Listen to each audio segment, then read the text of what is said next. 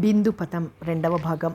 ఒకటవ భాగంలో శ్యామ్ భార్యను పోగొట్టుకుంటాడు. ఒంటరివాడై తాగుడుకు బానిసవుతాడు. ఇక బిందు తల్లిని పోగొట్టుకుంటుంది. అనాథలా మారిపోతుంది. హాస్పిటలు, ఇల్లు అన్నీ అమ్మేయాలని భావిస్తుంది. కథ కొనసాగుతుంది. బిందు నర్సింగ్ హోమ్, ఆసుపత్రి చంద్రశేఖరం గారికి లీజుకి ఇచ్చింది. ఆయన కొనడానికి ఒక్కసారే డబ్బు లేదన్నాడు. 5 సంవత్సరాల తర్వాత కొంటానన్నాడు. ఆ సందర్భాన్ని పురస్కరించుకుని చిన్న టీ పార్టీ, సంతాప సభ లాంటిది ఏర్పాటు చేశారు. Sorry to hear sudden demise of your mother. Sharada గారి మరణవార్త విని నమ్మలేకపోయాను. చైతన్య స్రవంతిలా ఉండే ఆవిడకు మరణమేమిటి అని ఒకరు, పోయింది మీ మమ్మీ కాదు బిందు, సంఘం ఒక మంచి డాక్టర్ని కోల్పోయింది, ధృవతార రాలిపోయింది అని మరొకరు మాట్లాడుతుంటే అక్కడ ఒక్క క్షణం ఉండలేకపోయింది. సారీ అంకుల్, తలనొప్పిగా ఉంది అని వచ్చేసింది. ఇంట్లో మాత్రం ఏముంది? నిశ్శబ్దం. ఎక్కడ చూసినా నిశ్శబ్దం. శ్మశాన వాటికలా ఉంది. బూట్ల టకటకలు, చీరల రెపరెపలు, మూల్గులు, ఆయాసాలు, కేరింతలు ఏమీ వినిపించటం లేదు. నిర్విరామంగా మ్రోగే టెలిఫోను మూగబోయినట్టుంది. ఫోన్ దగ్గర కుర్చీల్లో దిండ్లే ఉన్నాయి. సన్నగా, నాజుగ్గా, చిన్నగా ఉన్న శారద లేదక్కడ. ప్రాణం పోయే పసిపాప ఏడ్చినట్లు ఎప్పుడో మోగుతుంది. అప్పుడు ఎత్తిన సానుభూతి వచనాలే. ఏం జబ్బు? ఆత్మహత్యను అనుకుంటున్నారు? వీళ్ళకెందుకో ఈ కుతూహలం. పేపర్ వాళ్ళు అబద్ధం ఎందుకు రాస్తారు అని పెట్టేసింది. ఇంట్లో ఉండాలన్నా భయం, బయటికి వెళ్ళాలన్నా భయం. ఫోన్ ఎత్తటం మానేసింది. సుబ్బమ్మ, చెల్లాయమ్మ ఎత్తుతున్నారు. ఒక్కసారి ఇంటి నిండా జనం వచ్చి అల్లరిగా, హడావిడిగా, నవ్వులతో, కేరింతలతో గడిచిపోవాలని ఉంది. నా మరణానికి నేనే కారణం. ఈ మనక్షోభ భరించలేకుండా ఉన్నాను. అందుకే ఆత్మహత్య చేసుకుంటున్నాను. తల్లి ఆఖరిసారిగా రాసిన ఉత్తరం అది. తల్లికేం మనక్షోభ ఉంది? నగరంలో ఎవరికీ లేని పేరు ప్రతిష్టలున్నాయి.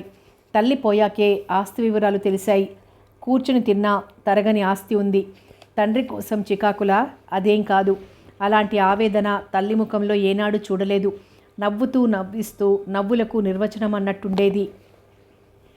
హిమ, కొత్త చీరలు వచ్చాయట కళామందిర్లో, చూసిరా.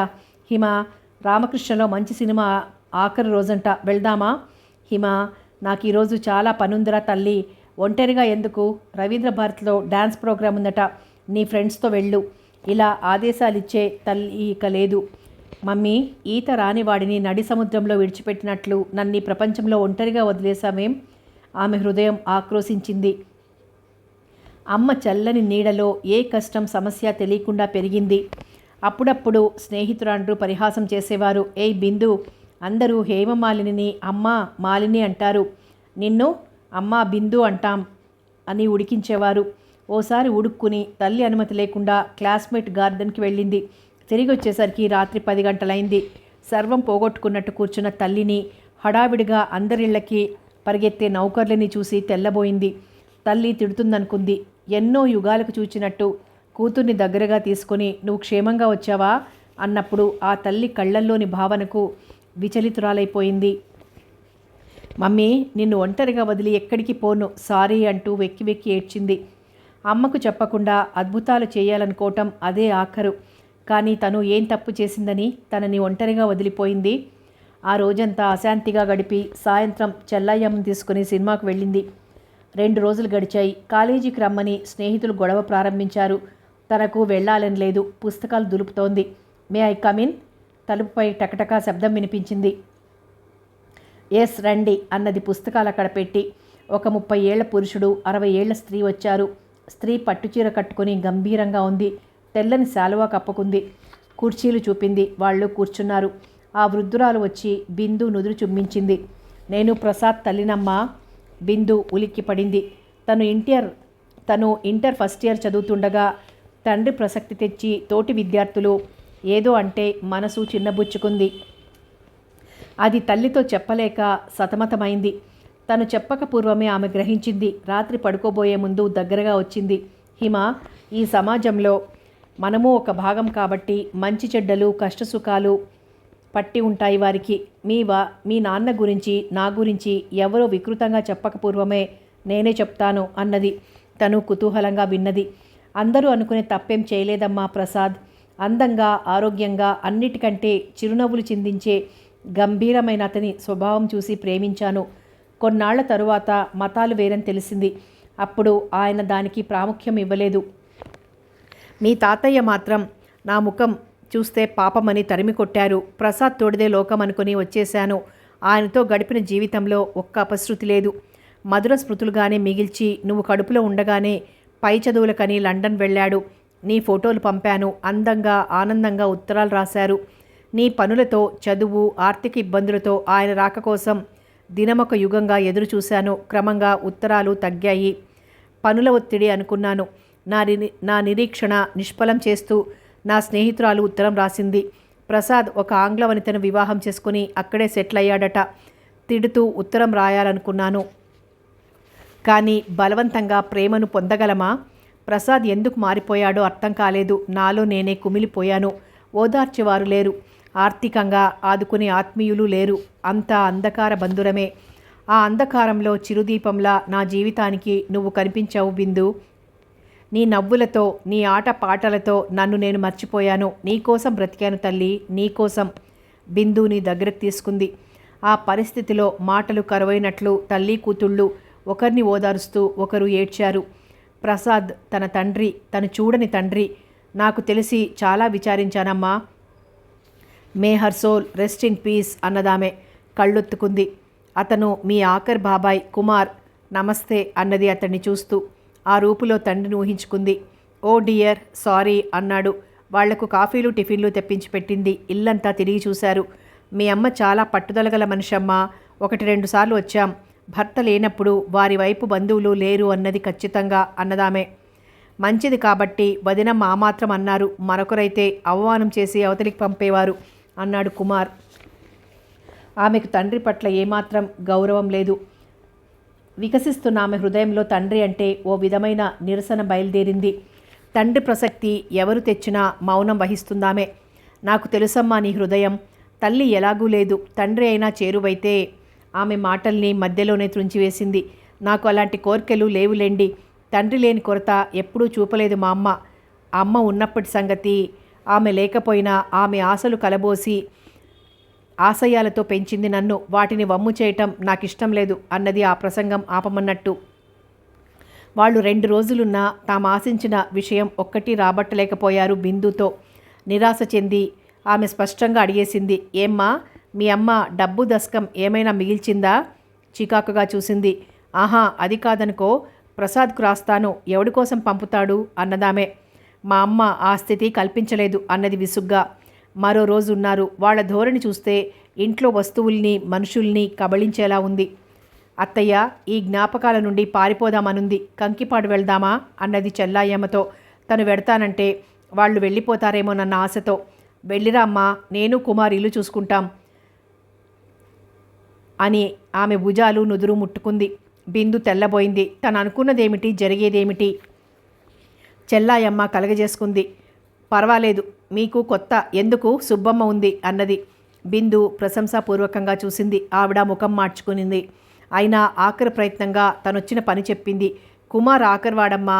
ప్రసాద్ దారి ప్రసాద్ చూసుకున్నాడు. మిగిలిన వాళ్ళు పట్టనట్లుంటారు. బీకాం, వాడికి ఉద్యోగం ఏం దొరుకుతుంది? 10,000 పెట్టుబడి ఉంటే ఏదైనా వ్యాపారం చేసుకుంటాడు అన్నది. బాగుందమ్మా సంబడం. పిల్ల సుఖపడిపోతుందనా ఈ బాధ? తల్లి చితి ఆరకమునిపే ఈ అడగడాలేమిటో నాకు అర్థం కాలేదు అన్నది చెల్లాయమ్మ నిరసనగా. కోపంగా చూసింది ప్రసాద్ తల్లి. బిందు లేచి ఓ 5,000కి చెక్కు రాసిచ్చింది. బామ్మగారు, మా నాన్న ఎలా ఉంటారో నాకు తెలియదు. బాబాయిలో ఆ నాన్నను చూశాను. ఈ డబ్బుతో వ్యాపారం చేసుకోండి అని చెక్కు చేతిలో పెట్టింది. ఆమె ఆనందంగా ఆశీర్వదించి వెళ్ళిపోయింది కొడుకుతో. బాగుందే అమ్మా, ఇలా దానాలు చేస్తుంటే ఓ రోజు చిప్ప పట్టుకొని పోవాలి అన్నది కోపంగా. బిందు మౌనంగా ఉండిపోయింది. ఆమె నాయనమ్మకు డబ్బిచ్చిన సంగతి ఎలా బయటికి పోయిందో గాని క్యూ ప్రారంభమైంది. మేనత్తను అనుకుంటూ వచ్చింది ఒక ఆవిడ కొడుకు అమెరికా వెడతాడట. టికెట్కి డబ్బు అప్పుగా కావాలి. తల్లి పింతల్లి కూతురు, పెత్తల్లి కొడుకట. తల్లిని వెలివేసినట్టున్న వితర్క పరిస్థితుల్లో తాము వచ్చి పలకరించారట. వాళ్ళకేదో చెయ్యాలట. బిందుకి మతిపోసాగింది. బంధువులు రాబంధువులైతేనే కష్టం అన్న తల్లి మాటలు గుర్తుకొచ్చాయి.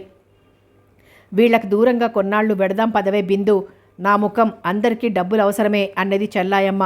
బిందుకి ఆమె ప్రతిపాదన సమంజసమే అనిపించింది. లాయర్ విశ్వనాథ్ను పిలిచి విషయాలు చెప్పింది. అతను నిశ్చింతగా వెళ్ళి రమ్మని చెప్పాడు.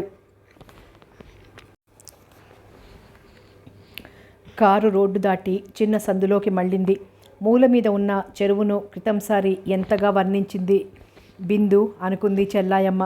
ఇప్పుడు యోగినిలాగా కళ్ళు మూసుకొని కూర్చుంది. కారు సడన్ బ్రేక్తో ఆగింది. ఉలిక్కిపడి చూసింది. పిచ్చివాడిలా ఉన్న ఓ యువకుడు కారు కడ్డం వచ్చి నిలబడిపోయాడు. చెప్పలేదండనకపోయేరు నరులారా మీరు, చెప్పలేదండనకపోయేరు డాక్టర్లు కారు కారు కారు యముని కాంట్రాక్టర్లు కర్ణ కఠోరంగా పాడుతున్నాడు. చెల్లాయమ్మ కళ్ళు చిట్లించింది. వెనక వచ్చే వృద్ధుడి వైపు చూస్తోంది. ఏ ఎవరు నువ్వు? ఈ ఊరికి కొత్తగా వచ్చిన డాక్టర్వా? అతను కారు తలుపు తీయబోయాడు. అత్తయ్య భయంగా చూస్తూ చెల్లాయమ్మ వైపు జరిగింది. డాక్టర్లకే కార్లుంటాయి, సమాధులపై పునాదులు తీస్తారు కాదు వేస్తారు పకపకా నవ్వాడు. ఎవర్రా ఎల్లమందా? అయ్యో పిన్నమ్మ, నన్నే గుర్తించలేదా? అతను తల లోపలికి పెట్టాడు. నాటుసారా కంపు గుప్పుమంది. బిందు ముక్కుకి గుడ్డ అడ్డం పెట్టుకుంది. ఎవరు? శ్యామ్. ఇదేం కర్మరా, ఇంత పొద్దున్నే తాగావు? చెల్లాయమ్మ అపనమ్మకంగా అడిగింది. పిన్ని, నేను నాటుసారా తాగాను. ఈ డాక్టర్లు పచ్చి రక్తం తాగుతారు, పచ్చి రక్తం. అతని కళ్ళు అగ్నిగోళాల్లా మెరుస్తున్నాయి. ఎలమంద బలవంతంగా పక్కకు లాగాడు. బిందు ఆశ్చర్యంగా చూసింది.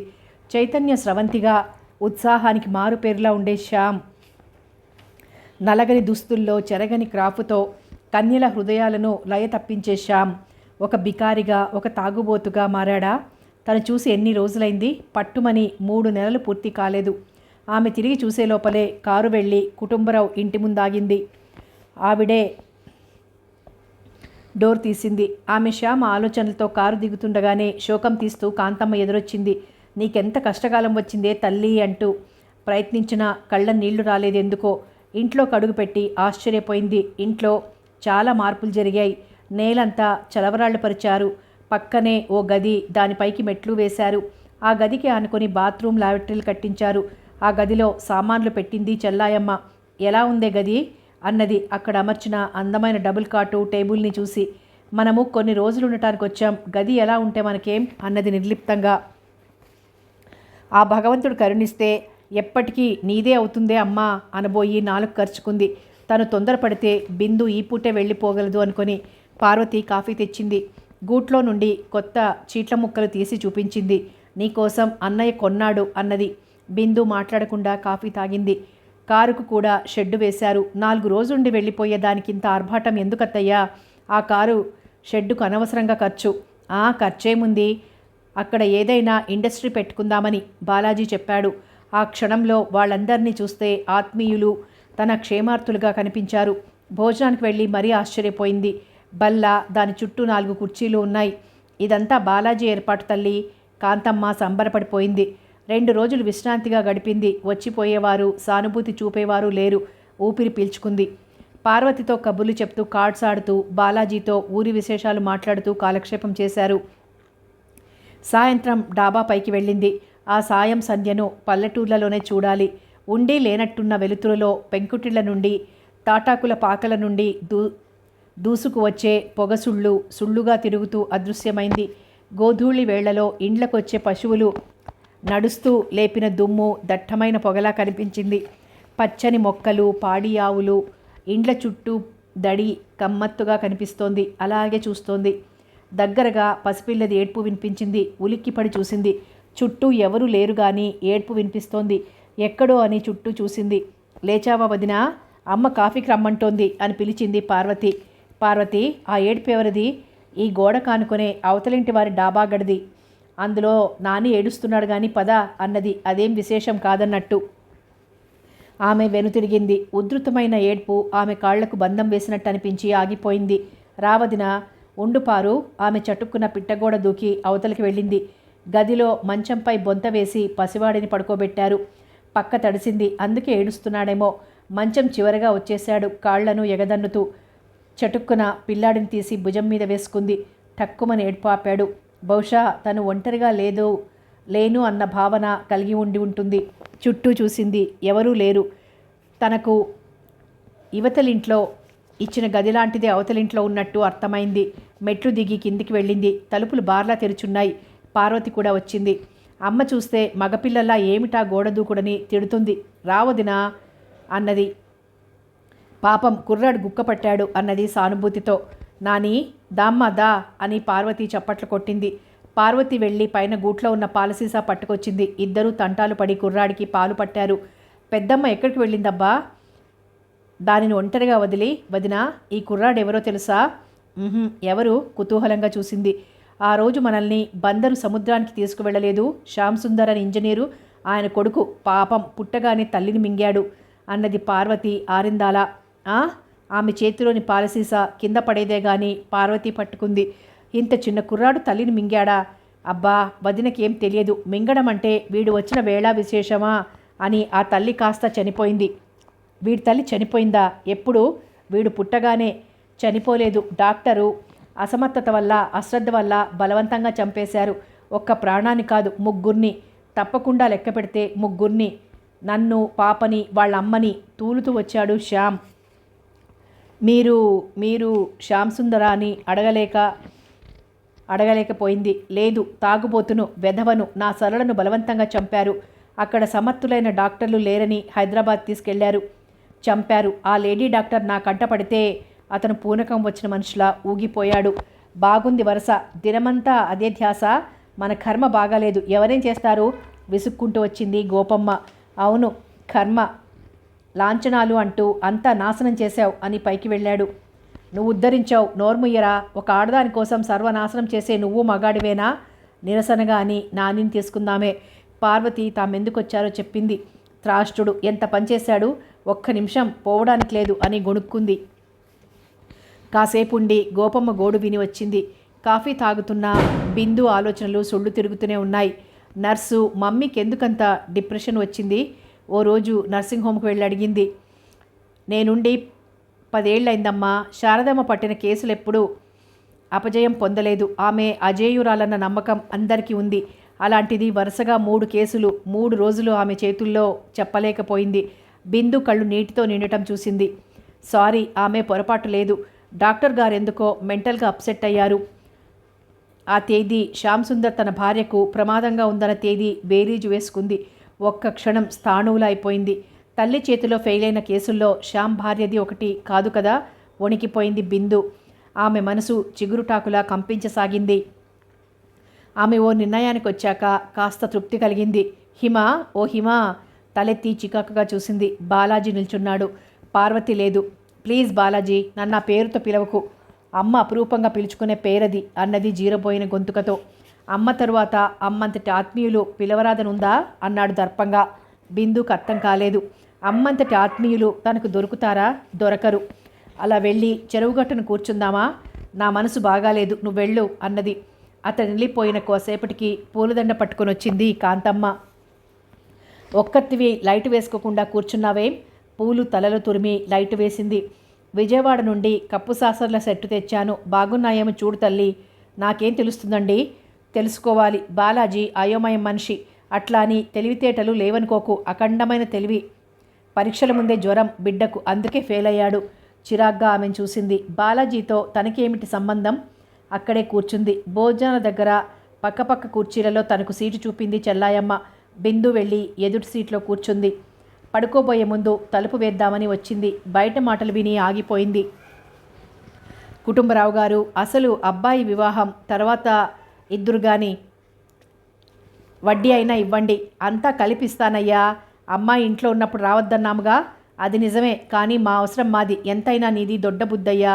వచ్చిన కోడండ్లకే గదులు కట్టించలేక ఇరుకు ఇండ్లల్లో గడుపుతున్నారు మా వాళ్ళు. నువ్వు రాబోయే కోడలి కోసం ఎన్ని ఏర్పాట్లు చేశావు ఏం కదా. చాలేవయ్యా, ఆయనేం వెర్రివాడా? కోడలాస్తి అంతా తనది కాదు. వినలేకపోయింది. తన గురించేనా, లేక ఎక్కడైనా బాలాజీకి అమ్మాయిని చూశారా? ఆ గదిలో ఉక్కిరి బిక్కిరి అనిపించింది. ఊపిరాడనట్టు అనుభూతి చెందింది. తనకు సస్పెన్స్ భరించడం చేత కాదు. ఎలా ఈ విషయం చెల్లాయమ్మతో కదపాలి? పార్వతి, ఓ పార్వతి. తన పక్కన ఉన్న డబుల్ కాట్పై హాయిగా నిద్రపోతున్న పార్వతిని కదిపింది. ఏం వదినా? తల దగ్గరున్నాయి మంచినీళ్ళు అన్నది ఆవులిస్తూ. బాలాజీకి ఏదైనా సంబంధం చూశారా పార్వతి? అబ్బా, ఇప్పుడు ఎందుకు వదినా? చూశారు, అనంతయ్య గారి కూతుర్ని. ఆ జులాయి వెధవ వేషాలేస్తూ పేకాడుతూ అన్నీ చేస్తుంటే నీ కొడుక్కి పిల్లనిస్తానా అన్నాడు. నాన్నేమో అంతకంటే 10 రెట్లు మంచి సంబంధం తెస్తాను అన్నాడు. పూర్తి చేయకుండానే నిద్రలోకి జారిపోయింది. నిదురాదేవి బిందును వెలివేసిపోయింది. భార్య సమాధిపై అగరొత్తులు పూలు పెట్టి వెనుదిరిగాడు శ్యామ్ సుందర్. ఊహాసుందరిలా భ్రమ కలిగిస్తూ అతని ఎదుట నిలబడింది బిందు. మిమ్మల్ని ఆగిపోయాడు. హిమబిందును, చెల్లాయమ్మ మేనకోడల్ని నన్ను సముద్రం చూపడానికి తీసుకువెళ్లారు. అవును కదూ, ఎప్పుడొచ్చారు అన్నాడు. తను నిన్న రాత్రి చూసిన ఎరుపు జీరలు, క్రూరత్వం మచ్చుకైనా లేవా ముఖంలో. తనొస్తుంటే చూశాడు, నిన్న తనింట్లో చూశాడు, అప్పుడే మర్చిపోయాడా? త్రాగుడు అంత బుద్ధిమాంద్యాన్ని కలిగిస్తుందా? ఒంటరిగా వచ్చారా? అవునండి, పార్వతి బాలాజీ లేవలేదు. అదృష్టవంతులు. అలా నిద్రపోదామన్నా రాదు నిదుర అన్నాడు నిరాసక్తిగా. ఎవరిదా సమాధి? నాది అన్నాడు నిర్లిప్తంగా. ఆటలు పట్టిస్తున్నారు అన్నది తేలిగ్గా నవ్వేస్తూ. ఆ అదృష్టం ఎప్పుడో నన్ను విడిచి వెళ్ళిపోయింది. రండి అలా కూర్చుందాం అన్నాడు. బిందు వెళ్ళి అతను కూర్చున్న చెట్టు మొదట్లో కాక ఎదురుగా ఉంగిన కొమ్మ మీద కూర్చుంది. నా భార్య సమాధి. ఆమెతోనే నేను మానసికంగా మరణించాను. భౌతికంగా మీ ముందు నిల్చున్నాను. అతని హృదయంలోని ఆవేదన అశ్రురూపంలో బయటికొచ్చింది. బలవంతంగా అదిమిపట్టాడు. క్షమించండి, అడగకూడని ప్రశ్న అడిగి మీ మనసు నొప్పించాను. పర్వాలేదు, ఏమిటలా వచ్చారు? అత్తయ్య వాళ్ళ ఇంటికి వచ్చాను. నాకు ఈ ప్రకృతిని చూడటం చాలా సరదా. పొద్దుట ఇలా తిరగటం ఎంతో ఆహ్లాదంగా ఉంటుంది అన్నది అతడినే పరీక్షగా చూస్తూ. ఒకప్పుడు నేను అనుకునేవాడిని మీలాగే. ఇప్పుడు యాంత్రికంగా కాళ్ళు లాక్కొస్తాయి. వస్తాను అన్నాడు నిర్లిప్తంగా. మీ భార్య ధన్యజీవి. బ్రతికి ఉండగానే భర్త ప్రేమ పొందలేని వారెందరో అన్నది. అతను నిర్లిప్తంగానే తలెత్తి చూశాడు. మీరు ఏ వేళప్పుడు ఉంటారింట్లో? ఎప్పుడూ ఇంట్లోనే ఉంటాను. ఉద్యోగం చేయటం లేదు. అలాగా. మీ శ్రీమతి గారికి జబ్బు చేసిందా? కాదు, కాన్పులో డాక్టర్ చంపేసింది. అతని ముఖం ఎర్రగా మారిపోయింది. బిందు హృదయం వేగంగా కొట్టుకుంది. Relax mister Shyam Sundar. డాక్టర్కు తన పేషెంట్ని చంపాలని ఉంటుందా? ఎక్కడో పొరపాటు జరిగి ఉంటుంది అన్నది నెమ్మదిగా. మీకు తెలియదు, ప్యూర్లీ మర్డర్. హ్యామరేజ్ అయిందట. బ్లడ్ గ్రూప్ చూడరా? ఏం పిడికిళ్ళు బిగుసుకున్నాయి. అలాగా, నిజమే. డాక్టర్లు సాధారణ మనుష్యుల్లాగే ప్రవర్తిస్తున్నారు. ఆమె ఎవరో తెలుసా? ఎందుకు తెలియదు? డాక్టర్ శారదాదేవట. పచ్చి కులటట. భర్తను వదిలేసిన దానికి భార్యాభర్తల అనుబంధం ఏం తెలుసు? మిస్టర్ శ్యామ్ సుందర్ దిశలు దద్దరిల్లాయి. అతను కనుబొమ్మలు ముడిచి చూశాడు. నిలువెల్లా వణికిపోతోంది బిందు. ఏమైంది హిమబిందు గారు? ఏమైంది? ఏం లేదు. మీ భార్య మరణం ఎలా ఉంటుందో ఊహించుకున్నాను అన్నది ఆవేశాన్ని అదుపులో పెట్టుకుంటూ. ఓహ్, మీరు సున్నితంగా ఊహిస్తారే అన్నాడు. సున్నితమైన వారికే కఠినమైన పరీక్షలు ఎదురవుతాయి అన్నది తనంతాను పూర్తిగా అదుపులోకి తెచ్చుకుంటూ. ఆ శారదాదేవికి పెద్ద పేరు, నర్సింగ్ హోమ్ ఉన్నాయి. నా భార్య కాదట. వరుసగా ముగ్గురిని పొట్టన పెట్టుకుంది. అతను చెప్పే తీరు చూస్తుంటే కోపం రాలేదు, జాలిగా చూసింది. బిందు రాత్రి నుండి ఏది నిజం కాకూడదనుకుందో అది నిజమైంది. తను ఎలా చెప్పాలో అర్థం కాలేదు. చెప్పినా అర్థం చేసుకుంటాడా? పదండి వెళ్దాం. పసివాడు ఏడుస్తుంటాడు. అతను లేచాడు. పసివాడి కోసమా, సారాయి కోసమా అని అడగబోయి మాట మింగేసింది. ఇద్దరు ఒకరి వెంట ఒకరు నడుస్తున్నారు. చూడండి, ప్రతి మనిషికి ఏదో ఒక కష్టం వస్తుంది. అందరూ తాగి కష్టాన్ని మర్చిపోవాలంటారా? ఏమో, నాకు తెలియదు. నేను మాత్రం నన్ను నేను మర్చిపోతున్నాను. మృత్యువుకి దగ్గరవుతున్నాను అన్నాడు ఎటో చూస్తూ. అయ్యో, చెప్పి రాకూడదా వదినా? పార్వతి ఎదురొచ్చింది. చిరాగ్గా చూసింది. నాకు తెలిసిన ఊరే కదా అన్నది తన్ను తాను అదుపులో పెట్టుకుంటూ. అన్నయ్య అయితే కోపంగా ఉన్నాడు అన్నది భయపడుతూ. బాలాజీయా? ఎందుకు అన్నది. నీళ్లు మింగింది పార్వతి. వీళ్ల సంభాషణతో సంబంధం లేనట్టు అతను లోపలికి వెళ్ళిపోయాడు. మనసు పరిపిరి విధాలుగా పోతుంటే ఇంట్లో అడుగుపెట్టింది. ఆ 3 ముళ్ళు పడ్డాక చెప్తాను సంగతి. నీ మేనగోడలు అసలు ఏమనుకుంటుంది పిన్ని? బాలాజీ దర్పంగా అడిగాడు. నాయనా, మొదట వెళ్ళి చూడరా. ఈ పిచ్చి సన్యాసి తాగితే కాస్త నాగరికంగా కనిపించిన వాళ్ళంతా డాక్టర్లు అనుకుంటాడు బ్రతిమాలుతోంది చెల్లాయమ్మ. ఏమిటత్తయ్యా, ఏమిటిదంతా? కోపాన్ని అణుచుకుని అడిగింది. వచ్చావా తల్లి? చెల్లాయమ్మ చెంపలు నిమిరి మెటికలు విరిచింది. రాక ఎక్కడికి పోతాను? ముప్పూటలా తిరుగుతున్నాను. కాస్త తాజా గాలి పీలుద్దామని వెళ్ళాను. నన్ను లేపొద్దా? ఇద్దరం కలిసి వెళ్ళేవారంగా బాలాజీ అడిగాడు. అతని అధికారం, ఆప్యాయత అర్థం కాలేదు. తనకంటే గుప్పెడు తక్కువ ఉన్న మనిషిని తన భర్తగా ఊహించనైనా లేదు. తన తల్లి పొట్టి బొమ్మలా ఉండేది. బహుశా తనకు తండ్రి పోలిక వచ్చిందేమో. తను బాగా పొడవు, కుమార్ లాగే ఉంటే మంచి పొడగరై ఉండాలి. అసలు వీళ్ళ ఉద్దేశం ఏమిటి? వీళ్ళు అనుకున్నది చెల్లాయమ్మకు తెలిసినట్టే ఉంది వ్యవహారం. కాఫీ తీసుకో తల్లి. కాంతమ్మ కాఫీ గ్లాస్ తెచ్చింది. బలవంతంగా 2 గుక్కలు తాగింది. గ్లాస్ కింద పెట్టేసింది. కాఫీ తాగేయమ్మా, చేదుగా ఉంది అనుకుంటూ తన గదిలోకి వచ్చింది. అశాంతిగా కాసేపు దొర్లి స్నానం చేసింది. పలహారానికి పిలిస్తే వెళ్ళింది. అక్కడ వేళ్లాడదీసిన కొక్కెం, దానికి గుచ్చిన ఉత్తరాలు, బిల్లులు, కాగితాలు కనిపించాయి. కుతూహలంగా దాని వంక చూసింది. పార్వతి అది తీసి చూపింది. తను తెలుసుకోలేనివి చాలా ఉన్నాయి అని ఆ కొక్కెం యథాస్థానంలో పెడుతూ తన పేరు కనిపించిన ఇన్లాండ్ ఉత్తరం మాత్రం లాక్కుంది. అది గుప్పిట్లో బిగించింది. 2 ఇడ్లీలు తిని లేచింది. చెల్లాయమ్మ పిలుస్తున్నా వినకుండా వచ్చి తన గదిలో కూర్చుంది. నేను బిందును తీసుకొస్తాను. అప్పైనా నేను మొదటి ఉత్తరంలో రాసినట్టు అన్నీ బాగు చేయించి మంచాలు బల్లా కొనండి. డబ్బు గురించి వెనుకాడవద్దు. బిందు మనదైతే డబ్బు మనది కాదా? పార్వతి వివాహం గురించి తర్వాత ఆలోచిద్దాం. ఆ ఉత్తరం చదువుతుంటే ఆవేశం గట్లు తెగిన వాగులా వచ్చింది. తను చెల్లాయమ్మను ఎంత ఆత్మీయురాలిలా భావించింది. ఎంత స్వార్థం. తనొచ్చి వాళ్ళింట్లో ఉండగానే బాలాజీని ప్రేమించి వరిస్తాను అనుకుందేమో మూర్ఖురాలు. 5 నిమిషాలలో ఆవేశం అంతా ఆవేదనగా మారిపోయింది. తను ఎంత ఒంటరిది. అందరూ తన డబ్బును ఆశించేవారే, తన సుఖం గురించి ఆలోచించరు. అక్కడ ఒక్క నిమిషం ఉండాలనిపించలేదు. కానీ తగవుపడి తెగతెంపులు చేసుకునేదానికన్నా నిదానంగా పరిష్కరించుకోవాలి. ఒంటరితనం నరకంగా కనిపించింది. ఒంటరిదాన్ని అనుకుంటే ఆమె ఒళ్ళంతా చెమట పట్టింది. చెమట తుడుచుకుంటుండగానే చెల్లాయమ్మ వచ్చింది. అవునత్తయ్యా, పాపం నా కోసం వీళ్ళు చాలా ఖర్చు చేసినట్టున్నారు. చేస్తే చేశారు అత్తయ్య. వాళ్లకుంటే చేశారనుకున్నా పర్వాలేదు. అప్పులు చేసి ఈ ఆడంబరాలు చూపటం అన్యాయం. ఎంతైందో చెప్పు అన్నది తీవ్రంగా. ఈ గదికే 5,000 అయింది. సరే 6,000కి చెక్కిస్తాను. ఈ అప్పులు తీర్చుకోమనండి. నాకు ఇక్కడ ఉండాలని లేదు. నేను మా ఇంటికి వెళ్తాను. అదేమిటే అమ్మాయి, మేము ఉండి నిన్ను అనాథగా వదిలేస్తామా?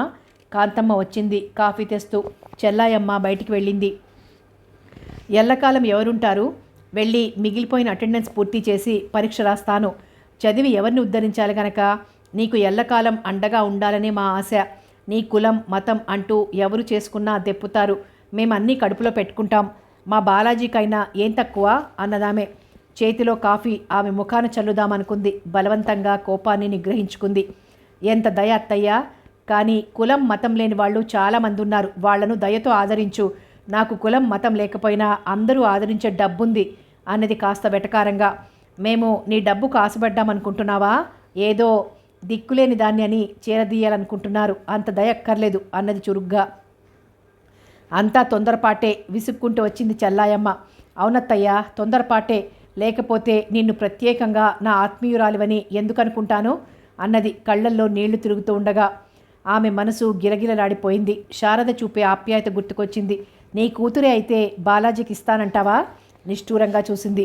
నిజమే, తనెంత మూర్ఖురాలు. ఊళ్ళో జరిగే విషయాలు ఎవరైనా చెప్తారు. మా బాలాజీకి ఏమైంది? కాంతమ్మ గద్దించినట్టు అడిగింది. ఆరోగ్యంగానే ఉన్నాడు, కానీ అలవాట్లే అంత మంచివి కావు. జూదరి, తాగుబోతూ, తిరుగుబోతూ. ఎలాంటి వారికి అలాంటి బుద్ధులే తల్లి. ఎన్నడైనా ఇలాంటి మాటలు పడ్డామా? ఎంత లేసి మాటలన్నావు? మీ పార్వతిని పిలిచి అడుగు అన్నది నిర్లక్ష్యంగా. కాంతమ్మ కోపంతో వెళ్ళి పార్వతిని వంగదీసి 4 గుద్దులు గుద్దింది. నీకేం తెలుసా సన్యాసి అంటూ పళ్ళు పటపటా కొరికింది. నేనేమన్నానని? అన్నయ్య దినమంతా ఏం చేస్తాడంటే అబ్దుల్ సత్తార్ ఇంట్లో పేకాడతాడని అన్నాను అంటూ దీర్ఘం తీసింది. చావలేకపోయావు. ఇంకా ఏం మిగలేదటే దేష్టా? నిన్న మేడ మీద నిల్చుంటే చాకలమ్మాయి కనిపించింది. ఇది హీరోయిన్ వదిన. అన్నయ్య పరిహాసమాడితే ఒక్కటిచ్చింది అన్నాను తప్ప. దీర్ఘం తీసింది పార్వతి. చెల్లాయమ్మ కాంతమ్మ చూపులకు శక్తి ఉంటే పార్వతి భస్మం అయిపోయేది. దూరంగా నిలబడిన బాలాజీకి అందరినీ గదిలో వేసి ఒక్కసారి పుల్లగీసి అంటు పెట్టాలనిపించింది. తిరిగిపోతున్నా, అదేమిటో చూస్తాను. పళ్ళు పటపట కొరుక్కున్నాడు. అనవసరంగా అప్పు. కాంతమ్మ మరో వాగ్బాణం వదలబోయింది. చటుక్కున చెల్లాయమ్మ చేయి పట్టి లాక్కుపోయింది. బిందుకు ఎంతో ఒంటరితనం, ఎంతో నిర్లిప్తత అనిపించింది. వాళ్ళేం మాట్లాడినా వినవలసి వస్తుందని చటుక్కున 2 నిద్రమాత్రలు మింగి పడుకుంది. బిందు, పొరపాటు జరిగిందనుకో. అంత మాత్రాన ఇలా అర్ధాంతరంగా వెళ్ళిపోతే ఏం బాగుంటుంది? బావగారు లేరు, వస్తే ఏమనుకుంటారు? చెల్లాయమ్మ పొద్దున్నే వచ్చి బ్రతిమాలింది. ఏమైనా అనుకోవటానికి నేను వారికి ఆత్మీయురాల్ని, బంధువును కాదన్న సంగతి తెలుసత్తయ్యా. తెలుసనుకో, అయినా నెల రోజులుంటామని చెప్పాను అన్నది దీనంగా. ఒక్క నిమిషం చెల్లాయమ్మ వంక చూసింది. ఆమె దీనమైన చూపులు కదిలించి వేశాయి. ఈరోజు శనివారం, రేపొక్కరోజు ఉంటాను, సోమవారం ఉదయం పంపించేయండి అత్తయ్య అన్నది. తనకంటూ తన వారు లేకపోయినా అంతా పరాయివారే. వారిని నమ్మటం, ఆత్మీయత పెంచుకోవటం తన తప్పు. భోజనం చేసి నిద్రపోయింది. నిద్రలేచి కాఫీ తాగింది. పార్వతి మాత్రం ఎప్పట్లా హుషారుగా స్నేహంగా మాట్లాడింది. వదిన, పొలం వైపు వెళ్దాం, వస్తావా? కొబ్బరి చెట్లు, దొండపాదులు చూడనే లేదు. పద వెళ్దాం, చాలా బోరుగా ఉంది అన్నది. చీర మార్చుకోవా వదిన? ఈ చీర బాగానే ఉంది, పద అంది. రా వదిన. పార్వతి చీర మార్చుకొని వచ్చింది. ఇద్దరూ చల్లగాలికి అవ్యక్త ఆనందం అనుభవిస్తూ కబురు చెప్పుకుంటూ నడుస్తున్నారు. అమ్మా, పిన్ని అలా అడిగినందుకు బాలాజీ చాలా విచారపడుతున్నాడు. అతను పొలం దగ్గరుంటాడు, క్షమార్పణ చెప్పుకుంటాడు పార్వతి అన్నది. పర్వాలేదమ్మా, అతనేం తప్పు చేశాడని? పొలం చుట్టూ కాపలాదారులము అన్నట్టు తాడి చెట్లున్నాయి. వాటిని చూసి బిందు నిట్టూర్చింది. మమ్మీ, నువ్వు, నీ ఆప్యాయత, అనురాగం అలాగే పర్యవేక్షితమై ఉండేవి నా చుట్టూ అనుకుంది. ఆ పొలాల సొగసు చూస్తూ నడుస్తోంది. ఒకప్పుడు నాన్నగారు ఇక్కడ ఉండాలని పాక వేయించారు వదినా అన్నది. ఆ పాకను పైపైకి పాకిన చిక్కుడు తీగను చూస్తూ నిల్చుండిపోయింది. వదిన, ఒక్క నిమిషం. శ్యామన్న పొలంలో వంకాయలున్నాయి, 5-6 కోసుకొచ్చి నేనే స్వయంగా వండి పెడతాను. మళ్ళీ మళ్ళీ కావాలని అడగకపోతే నా పేరు పార్వతి కానే కాదు. పార్వతి పరిగెత్తింది. ఏయ్ పారు, ఆగు, నేను వస్తున్నాను అన్నది. కానీ ఒక్కడుగు వెడల్పైన లేని గట్ల మీద తను నడవలేనని 1/2 నిమిషంలో గ్రహించింది. పాక ముందుకొచ్చింది. ఆమె భుజంపై బలంగా చేయి పడేసరికి తిరిగి చూసింది. అప్రతిభురాలైనట్టు, భ్రాంతిలో ఉన్నట్టు కళ్ళు పెద్దవి చేసి చూసింది. బాలాజీ కళ్ళు క్రూరంగా ఎర్రగా ఉన్నాయి. రోజు చూసే బాలాజీకి ఈ బాలాజీకి పోలికే లేదు. సారీ బాలాజీ, క్షమార్పణ చెప్తాను అన్నావట. మనలో మనకు ఫార్మాలిటీస్ ఎందుకు చెప్పు? క్షమార్పణ అని చెప్పకపోతే నీ మత్తులో పూర్తిగా మునిగిపోయిన మూర్ఖురాలు పార్వతి నిన్ను ఇక్కడికి పిలవదని తెలుసు. బుద్ధి చెప్తాను. మరింత దగ్గరగా వచ్చాడు. బాలాజీ, ఏమిటిది? వదలమంటే గింజుకున్నా లాభం లేకపోయింది. తాగుబోతువా, తిరుగుబోతున్నా? నీ మాటలకు తగిన శాస్తి చేస్తాను. కులం గోత్రం లేని దానికి ఇంత పొగరా? బాలాజీ భుజం విదిలించి ఒక్క చెంపదెబ్బ వేసింది. అతను మరింత రెచ్చిపోయాడు. కొన్నిసార్లు ఎంత వివేకంతో ఆలోచించేవారైనా ఆవేశపడతారు. పరిస్థితుల ప్రభావం. ఇలాంటి తిరస్కారాలు ఎరగని బిందు ఆ క్షణంలో తను ఒంటరి ఆడదానని, తను శారీరకంగా బలహీనురాలని మర్చిపోయింది. గూబ గుయ్యమనటంతో అతను మరింత రెచ్చిపోయాడు. ఈసారి 2 చేతులతో పట్టుకొని పాకలోకి లాక్కుపోయాడు. వదులు, నీ ప్రాణం తీస్తాను. ఆ అవకాశం రాదు. నువ్వు అరిచి గీపెట్టినా ఎవ్వరూ రారు.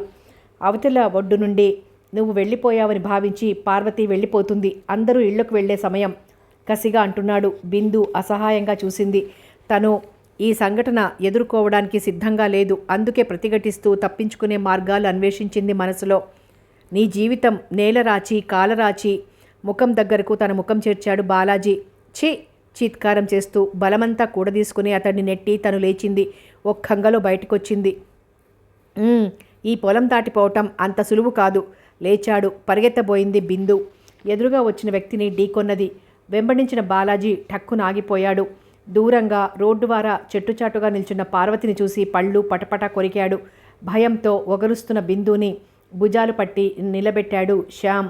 అతని దగ్గర నాటు సారాయి కంపు గుప్పుమంది. ఏమైంది? కాస్త ముద్దగా అడిగాడు. అతనికి కాస్త అర్థమైంది పరిస్థితి. బాలు, ఏమిట్రా ఇది? సారాసీసా పోవోయ్. నిర్లక్ష్యంగా ముందుకొచ్చి బిందు చెయ్యి పట్టుకోబోయాడు. శ్యామ్ ఆమెను దగ్గరగా తీసుకొని బాలాజీని విదిలించాడు. అంతే, వెళ్ళి అంత దూరంలో లుంగ చుట్టుకొని పడిపోయాడు. బాలు, వెదవ సినిమా ఫీట్లు పనికిరావు. పదండి హిమబిందు అన్నాడు. ఆమె భయంగా ముందుకు నడిచింది.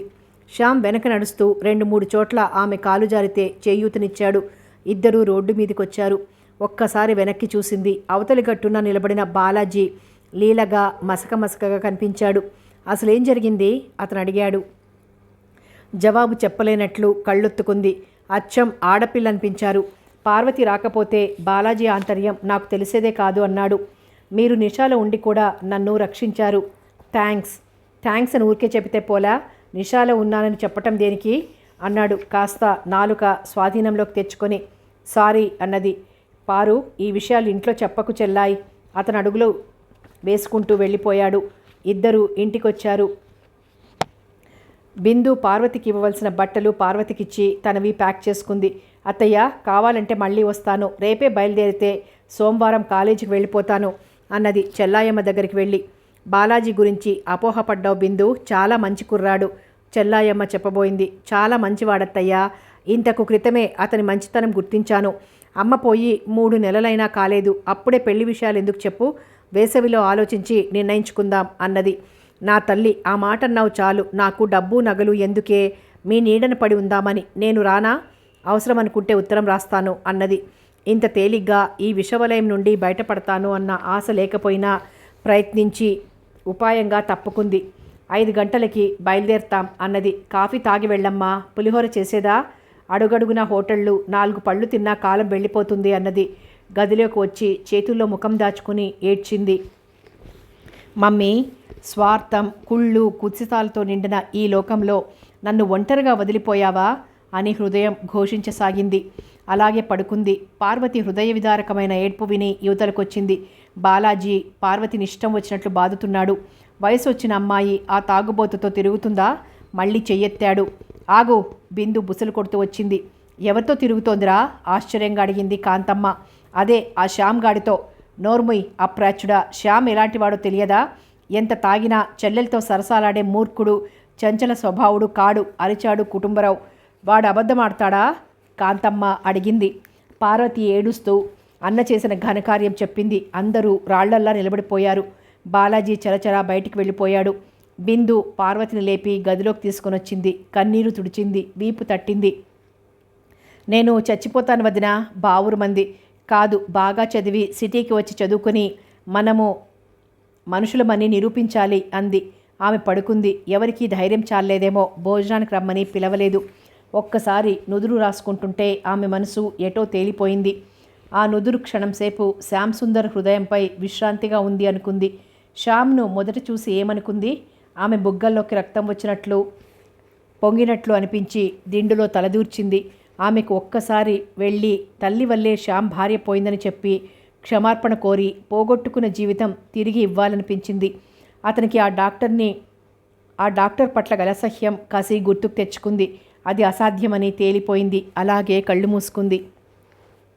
కారు ఊరు దాటింది. మాటిమాటికి పార్వతి దీనవదనం గుర్తుకొచ్చింది. పారు, నీకు తల్లి, తండ్రి, అన్న, ఆత్మీయులు ఉన్నారు, నాకెవ్వరూ లేరు అనుకుంది మనసులో.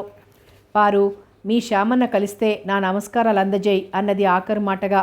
అందరూ విచారంగానే కనిపించారు. రోడ్డు మీద పెద్ద గుంపు ఉంది. గోపమ్మ ఏడుపు వినిపించింది. ఏమైంది? ఏమిటండి? దేవుడిలాంటి మనిషమ్మ శ్యాంబాబు. ఎవరో దుర్మార్గులు తలపై గట్టిగా కొట్టి పారిపోయారు. మాటతో పాటు దిగినట్టే కారు దూకేసింది బిందు. తలపై గాయం, షర్టంతా రక్తసిక్తమై ఉంది. స్పృహలో లేడు శ్యామ్. గోపమ్మ ఒడిలో పెట్టుకుని ఏడుస్తోంది. ఒక్క క్షణం కర్తవ్య విమూఢురాలిలా నిలబడి మరుక్షణమే కారు తలుపు తీసింది. అమ్మగారు, ఏడవడానికి ఇది సమయం కాదు, కారులో పడుకోబెట్టండి. వెంటనే విజయవాడ జనరల్ ఆసుపత్రికి తీసుకువెళ్దాం. అప్పుడే చైతన్యం పుంజుకున్నట్లు నలుగురు గబగబా శ్యామ్నెత్తి వెనక సీట్లో పడుకోబెట్టారు. అమ్మా, నానిని తీసుకుని మీరు ముందు సీట్లో కూర్చోండి, నేను శ్యామ్ గారిని చూసుకుంటాను అన్నది. తను వెనక్కి ఎక్కి అతని తల నెమ్మదిగా తన తొడ మీద పెట్టుకుంది. కారు కదిలింది. నా తండ్రిని కొట్టడానికి ఎవరికి చేతులొచ్చాయో రాగం తీసింది గోపమ్మ. ఏడ్పు ఎవరికి మంచిది కాదమ్మా, అతనికేం కాదు అన్నది. ఆందోళన పడుతున్న టవల్తో రక్తం మరకలు తుడిచింది. తప్పక బాలాజీ పనే ఇది, అతనికేమైనా అయితే తనకు నిష్కృతి లేదు అనుకుంది. మాటిమాటికి అతని గుండెల దగ్గర, అతని ముక్కు దగ్గర చెయ్యి పెట్టి శ్వాస ఆడుతుందో లేదో అని చూసింది. ఆమె మనసు ఎంత వేగంగా పరిగెత్తినా కారు దాని సమయానికే ఆసుపత్రి ముందు చేరింది. వాళ్ళు అడ్మిట్ చేసుకొని ప్రమాదం లేదన్నాక ఇద్దరూ నిట్టూర్చారు. నీ రుణం తీర్చుకోలేనిదమ్మా. గోపమ్మ కళ్ళొత్తుకుంది. లేదమ్మా, ఇది నా బాధ్యత. శ్యామ్ గారు నన్ను రక్షించి ఈరోజు దెబ్బతిన్నారు. ఆయన బాగోగులు చూసే బాధ్యత నాకు లేదా? రండి హోటల్కి వెళ్దాం అన్నది కారు వైపు నడుస్తూ. ఎందుకు తల్లి? ఇబ్బందిగా చూసింది గోపమ్మ. అలా అనకండమ్మా, మీరొస్తే నేను సంతోషిస్తాను అన్నది. ఇద్దరూ బయలుదేరారు. దారిలో పాల డబ్బా సీసాలు, చిన్న ఫ్లాస్కు కొన్నారు. రేపు ఉదయం వెళ్ళి మీ బట్టలు, నాని బట్టలు తెచ్చుకోండి అన్నది. హోటల్కి వెళ్తూనే గోపమ్మ చేత కాఫీ తాగించింది. నానికి పాలు కలిపి పట్టింది. ఆమె నిద్రపోయింది. బిందు లేచి స్నానం చేస్తూ రక్తసిక్తమైన శ్యామ్ ముఖమే గుర్తుకు తెచ్చుకుంది. భోజనం రాగానే గోపమ్మను లేపింది. ఆమె తింటూ, తన దుస్థితికి బాధపడి శాపనార్థాలు పెట్టింది. ఆ డాక్టర్కు నాలాంటి స్థితే రాని, తాగిందో తందనాలాడిందో నా బిడ్డను పొట్టన పెట్టుకుంది. కోడల్లా ఏనాడు ప్రవర్తించలేదు. బాధను బలవంతంగా అదిమిపట్టింది బిందు. బాధ్యత గల డాక్టర్ ఇలా తయారైతే మాలాంటి వాళ్ళకి దుఃఖం కాక మిగిలేదేమిటే అమ్మా. నా ఉసురు తగలకపోదు. చెయ్యి కడిగేసుకుంది బిందు. అమ్మ, మీ శాపనార్థాలకు బలి కావటానికి ఆ డాక్టర్ అమ్మ బ్రతికలేదు. తన అసమర్థతకు చింతించి తట్టుకోలేక ఆత్మహత్య చేసుకుంది అన్నది కన్నీరు అదిమిపట్టి. నిజమా? గోపమ్మ అడిగిన దానికి అంతా చెప్పింది బిందు. ఒక్కసారిగా గట్లు తెగిన వాగులా వచ్చిన దుఃఖాన్ని ఆపుకోలేక దిండులో తలదూర్చి బావురుమంది. మీకు కొడుకు మనవడు మిగిలారమ్మా. నాకేముంది? ఎటు చూసినా అమ్మ సంపాదించిన డబ్బు కాజేద్దామని చూసే రాబందుల్లాంటి బంధువులు, ఒంటరితనం. బిందుని మాట్లాడనీయలేదు. ఆర్తిగా లేపి హృదయానికి హత్తుకుని తలనిమిరింది. బిందు, అలా అనకు తల్లి. విధి ఎందుకు ఆటలాడిందో మన జీవితాలతో. ఇక నుండి నీ నా అనే భేదం మన మధ్య ఉండరాదు అన్నది. నాని కెవ్వుమన్నాడు. గోపమ్మ లేచింది. బిందు కళ్ళు తుడుచుకొని నానిని తీసుకుంది. 5 నిమిషాల్లో ఆమెకు పసిపిల్లలను చూడటం బొత్తిగా రాదని తెలిసిపోయింది. నవ్వుతూ తనే తీసుకుంది. సాయంత్రం ఆసుపత్రికి వెళ్ళేసరికి శ్యామ్ సుందర్ కోలుకున్నాడు. కానీ జ్వరం వచ్చింది. నొప్పికి మూలుగుతున్నాడు. ఎలా ఉంది? బిందు ప్రశ్నకి తలెత్తి చూశాడు. మన అదృష్టం బాగుండి ఆ సమయానికి అమ్మాయి వచ్చింది అన్నది గోపమ్మ. అతను తల తడుముకొని ఒక్క చిరునవ్వు నవ్వాడు. నొప్పి చాలా ఉందా? బిందు అడిగింది. అతను తల అడ్డంగా ఊపాడు. నాని పిలవలేదు, మాట్లాడలేదు. బిందు కంగారుగా డాక్టర్ దగ్గరికి వెళ్ళింది. నథింగ్ టు వర్రీ, మత్తు మందిచ్చాం. దెబ్బ కాస్త బలంగానే తగిలింది. 2 రోజుల్లో కోలుకుంటాడు అన్నారాయన. శారదమ్మ పరిచయం చెప్పాక చాలా గౌరవించాడు ఆయన. Thank you doctor. బయటకు వచ్చిందామే. ఏమన్నారమ్మా? గోపమ్మ ఆదుర్దాగా ప్రశ్నించింది. ప్రమాదం ఏమీ లేదమ్మా. డాక్టర్ గారు చెప్పిన విషయాలు చెప్పింది. వేడి పాలు తాగించింది. బిందుని పరీక్షగా చూశాడు శ్యామ్. Thank you. ఆమెకు సంతోషంతో గంతులు వేయాలనిపించింది. అతను మౌనంగా ఉంటే మాట పడిపోయిందేమోనని భయం పట్టుకుంది. Mention not. అతను కళ్ళు మూసుకోగానే దుప్పటి కప్పింది. ఇద్దరూ బయటికొచ్చారు. అమ్మా, శ్యామ్ సుందర్ గారిని డిశ్చార్జ్ చేస్తే నేను హైదరాబాద్ తీసుకువెళ్తాను. అతను 2 విషయాలు అర్థం చేసుకోవాలమ్మా, గోపమ్మతో అన్నది బిందు. ఏమిటమ్మా? జీవితం తన కోసం, తన వారి కోసమని. సరళ మరణించినంత మాత్రాన అంధకార బంధురం కాదని తెలియచెయ్యాలి. డాక్టర్లు దేవుళ్ళు దయ్యాలు కారు, మనుషులు. ఆపాదిస్తారు. కష్టతరమైన కేసు బాగు చేస్తే దేవుడంటారు. ప్రమాదవశాత్తు మరణిస్తే డాక్టరు రాక్షసుడంటారు. ఆ భావం తొలగించాలి అన్నది ఆవేశంగా. అలాగే కానీ తల్లి, ఇంత జాగ్రత్తగా చూసుకుంటామనే ఆత్మీయులు ఎవరున్నారు? వాడి బావమర్ది కూడా ఇటు రావటం లేదు. కంటతడి పెట్టింది గోపమ్మ. మీకు చెప్పగలదాన్ని కాదు గాని అనుభవంతో ఆలోచించండి. చెల్లెలుండగానే చూసేవారు అరుదు. చెల్లెలు మరణించాక గుర్తుంచుకుంటారా? అవునే తల్లి, ఆ విషయమే గుర్తుకు రాలేదు. వారం వారం వచ్చి చూసుకుంటాను అన్నది పెద్ద భారం దింపుకున్నట్టు. మాకు వీలున్నప్పుడు మేము వస్తాం అన్నది చటుక్కున వంగి ఆమె పాదాలకు నమస్కరించింది. ఈ పతనం కాకూడదని, సక్రమమైన మార్గంలో నడవాలని ఆశీర్వదించండమ్మా. మా అమ్మ వల్ల తెలిసో తెలియకో జరిగిన ఈ పొరపాటును సరిదిద్దటానికి అవకాశం ఇవ్వండి అన్నది. గోపమ్మ లేపి హృదయానికి హత్తుకుంది. ఆనందంతో మాట రాలేదు. ఆశీస్సులు అందజేస్తున్నట్లు కన్నీటి బొట్లు రాలి ఆమె తలపై పడ్డాయి. నాని ఏడ్చే వరకు అలాగే ఉండిపోయారు. సాయంత్రం ఆసుపత్రికి వెళ్ళేసరికి శ్యామ్ వార్తాపత్రిక చూస్తూ ఆలోచిస్తున్నాడు. గుడ్ ఈవినింగ్ రండి. అదే గంభీరమైన నిర్లిప్తమైన నవ్వు అతని ముఖంపై నర్తించింది. నేను రేపు వెళ్దామనుకుంటున్నాను, గోపమ్మ అన్నది. మంచిది అన్నాడు. డాక్టర్తో మాట్లాడారు. షాక్ నుండి ఇంకా తేరుకోలేదమ్మా, కొంత టైం పడుతుంది అన్నాడు. నేను హైదరాబాద్లో డాక్టర్లకు చూపించేదా డాక్టర్ అన్నది. తప్పకుండా, ఏదైనా చెప్పాల్సింది ఉంటే ఫోన్ చేయమ్మా అన్నారాయన. మొదట గోపమ్మను నానిని కంకిపాడులో వదిలేసి వచ్చాడు డ్రైవర్. తర్వాత శ్యామ్ని తీసుకుని హైదరాబాద్ ప్రయాణమైందామే. కథ కొనసాగుతుంది.